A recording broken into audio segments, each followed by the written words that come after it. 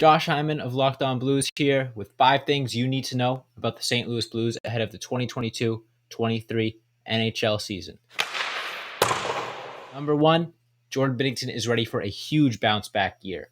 Jordan Binnington has yet to prove himself in the regular season. Obviously, he had his great cup run, but he looked like his former self against the Colorado Avalanche in the playoffs before he got hurt. He's coming in with a huge chip on his shoulder, and he is ready to impress people, turn a lot of heads. I'm really excited to watch him play.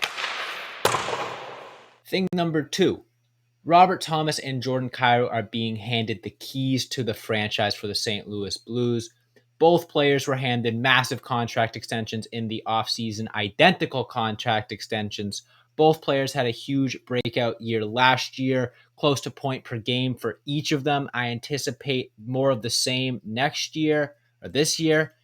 Jordan Kyrou is a guy that starts hot, and if he is able to finish the season hot, I think he could be up around the 100 points. If Robert Thomas starts scoring goals as well as he passes the puck, I think he could be around that 100-point mark as well. I'm really looking forward to watching those two lead the St. Louis Blues offense.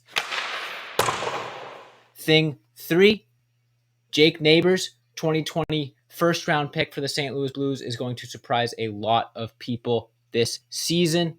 He came in last year, had a great 9-game stint with the St. Louis Blues, but this upcoming season, he is looking to improve upon that and stick with the roster the entire season. I anticipate him surprising a lot of people. He's looked really, really good in preseason. I think he has the potential of scoring double-digit goals and having a plethora of assists. He is a tremendous passer, and if he gets some good line mates to play with, he could have a ton of assists, really rack up the points, and potentially contend for the Calder Trophy. Thing 4, the St. Louis Blues will once again have one of the most potent offenses in the NHL. Last season, they had 9 20-goal scorers amongst their forwards, and they only lost one of them, being David Perron. But 2 of those guys in Jordan Kyrou and Robert Thomas are only getting better. So I'm not worried about the lack of production from Perron at all. I anticipate the offense once again being high-flying, scoring a ton of goals, tons of 20-goal scorers, line 1, line 2, line 3. It's going to be so fun to watch the Blues score up and down the lineup this season. And finally, thing 5, don't sleep on the St. Louis Blues.